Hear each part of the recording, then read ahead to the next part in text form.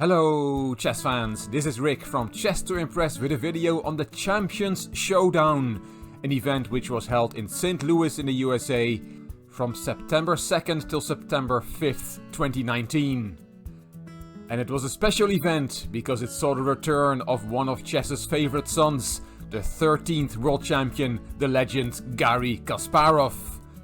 Another special thing about this event that it was not conventional chess, it was chess 960. I'll tell you more about that in a second. Here we see the matchups. There were 4 matches played in this event. The number 2 player in the world, Fabiano Caruana, took on Garry Kasparov. Wesley So against Veselin Topalov. Leonid Dominguez versus Peter Svidler, another America versus Russia clash. And Hikaru Nakamura versus Levon Aronian. So 4 times US versus the rest of the world. 2 Russians, a Bulgarian and an Armenian. They would play 6 rounds of Rapid and 14 rounds of Blitz. A total of 20 games with double points available for the Rapid games. The USA won 3-1. Caruana beat Kasparov, So beat Topalov and Nakamura beat Aronian after a very bad start. The only match that was not won by the USA was Peter Svidler beating Leonid Dominguez. Chess 960 is a variant of chess which is also sometimes called Fischer Random. It was championed by the 11th world champion Bobby Fischer to do away with all the opening theory and measure pure chess skill. In Fischer Random, the pieces on the bottom rank and the top rank are being shuffled. The only rules are that the king has to be in between the rooks so that castling still is possible, and the bishop have to be of opposite color. And that means that 960 positions are possible. So opening theory will not play a role, it is impossible to prepare for 960 positions. Here's an example of a chess 960 position. This is from day 3. Every day the players played with a different position and had 1 hour to prepare before the game to look at the subtleties of this particular position. You can see the king is on d1 and the queen on e1 instead of the other way around. Yes, the king is in between the 2 rooks which are on b1 and f1, and the 2 bishops are in the corner, one of the dark squares, one of the light squares. And in this position, especially the knight on a1 is a bit of a problem. How do we bring that knight into the center? And as an example how quickly things can go wrong in chess 960, let's show you what happened in round 11 between Wesley So and Veselin Topalov. So opened with the f-pawn, and so did Topalov, g3, g6. The bishops have now already nice diagonals after only 2 moves. d3 by Wesley So, and c6. And that gives away a pawn on move 3. And why is that? Well, white can play bishop takes a7 now. Hitting the rook. So you have to take that bishop, and then queen a5 check with a double attack, check, winning the piece back and winning a pawn that way. Topalov interposed the knight, queen takes a7, hitting the rook again, so king c8, and Wesley So played knight a to b3 and had won a pawn in the opening. The game ended in a draw after 37 moves. Just an example of how quickly things can go wrong in chess 960. You really have to be on your guard from the very start. The great Garry Kasparov was rusty and was not able to contain the world's 2nd strongest player, Fabiano Caruana. He lost badly. Here is just one example of what happened to Kasparov. He's white in this position. This is from round 11, Blitz Game, and the position is about equal. Caruana has just played rook takes e6. And now how to blunder an exchange in 3 moves. Let's see what happened here. King c2 was played by Kasparov, that's still okay. Knight h4, and then knight e4.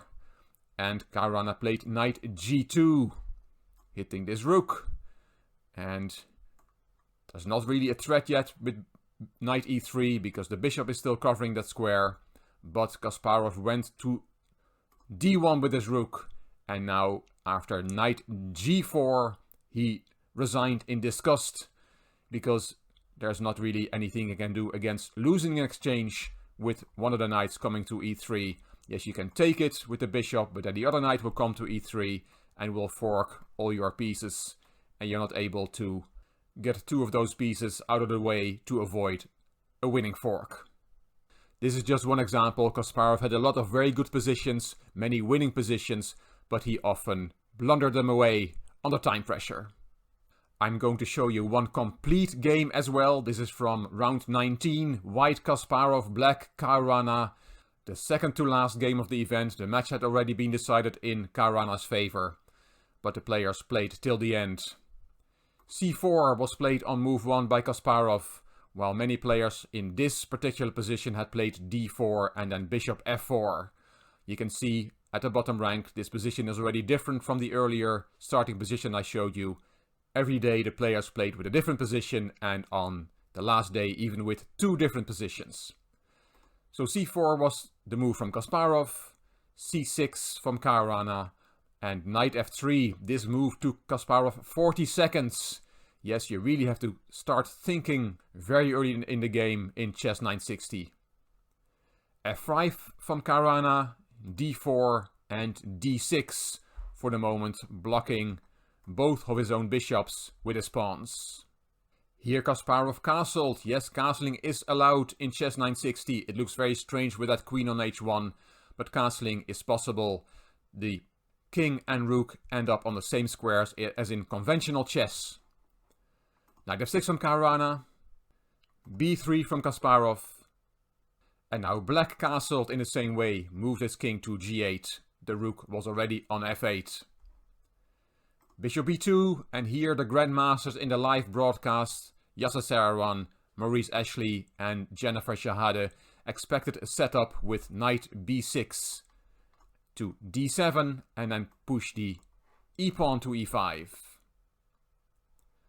But knight c7 was played by Caruana, and now pushing e5 will be harder to achieve. It's also interesting to find out how both players will bring their queens into the game. They're stuck in the corner. g3, making room for his queen, and h6. The grandmasters did not like this move.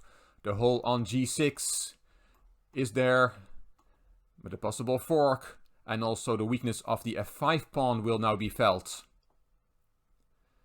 If knight h4 is played straight away, then there is still queen h7, but this is already nice for white. Kasparov played knight c2, an instructive move, bringing a piece that was doing nothing there in the corner towards the f5 pawn, which is going to be a weakness in black's camp. g5 from Caruana and d5, now making bishop b8 look like a very silly piece. White is already much better here. He's threatening to bring a knight to d4. Caruana did not want to allow that and played c5, stopping that knight coming to that nice d4 square. But it makes bishop b8 bad forever. This really is now a horrible piece. As Grandmaster Ashley observed, black's last three moves were all pawn moves, and they have done damage to his position. We're 8 moves into this game, and the number 2 player in the world has already a lost position. That's how fast things can go in Fischer Random chess. Knight e3, attacking the pawn on f5. White's bishops are very happy in this position, while black's bishop on b8 is crying. Yasser Seirawan explained that white's 4 light pieces have one opponent. Only the knight on f6 is developed, and that knight actually is pinned, so it's not that great a piece either. f4 from Caruana and knight f5. Threatening knight takes e7 check, followed by knight g6, winning material. So bishop takes f5, that knight had to be taken off the board. Bishop takes, and queen g7. Queen g2, the queens are joining the party. Knight ce8. King h1, making room for the rook. White wants to attack on the g-file, attack black's king. g4, knight went to h4, and queen g5. Bishop c1 from Kasparov. Yes, that was a beautiful diagonal. But now that the queen is on g5, the bishop goes to c1, pinning the f4 pawn. Threatening to win that pawn. Knight h5. Caruana is desperately trying to activate his pieces, but is still playing without 2 pieces, playing without the bishop and without the rook. Bishop e6 check, king stepped aside, and queen e4. The threat is now knight g6 with a fork. So king g7, knight f5 check. All Kasparov's moves are very strong. King h8, and here Yasser once said that if I was Caruana's trainer, I would be reaching for the white towel now. f2, f3 was looked at as an option to protect the queen on e4, which is useful in some variations. Knight takes e7 will then be a threat, and white will want to open the g file for the rooks. But f3 was not played by Kasparov, he took on f4. Queen dropped back, and the bishop went back to b2, with check, king h7, and rook g1. White is bringing all his pieces to the party. What is the threat? If we make a very silly move for black, let's play a6, that move doesn't do anything, but just to show the threat, then there is rook takes g4, a very nice rook sacrifice. Because if you take that rook, then there is a forced checkmate. You may want to look for the checkmate yourself, it's not very difficult. Checkmate in 3 moves, with knight takes e7 check. And you can only interpose on f5. That gets taken. And bishop takes f5 is a very nice checkmate. These bishops are lethal. And also the knight does a very good job. Checkmate with minor pieces. So that's a threat. Caruana recognized that and played knight e2 f6, protecting the g4 pawn.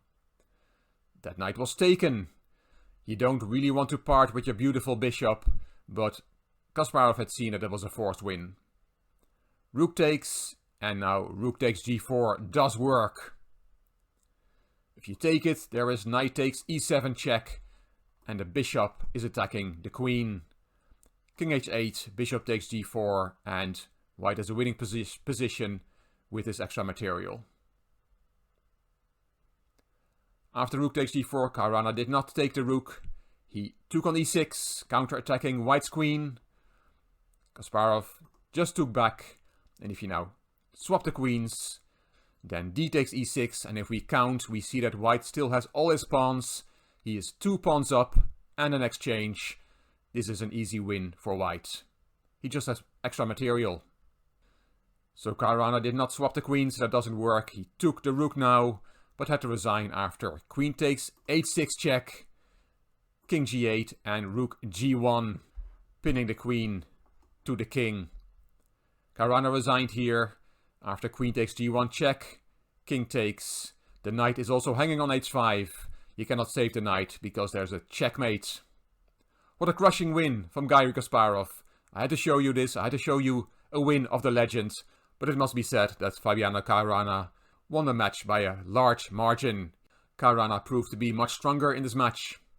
A few pictures from this game. This is the position after the first move, c4 from Kasparov, who's on the left, Caruana on the right.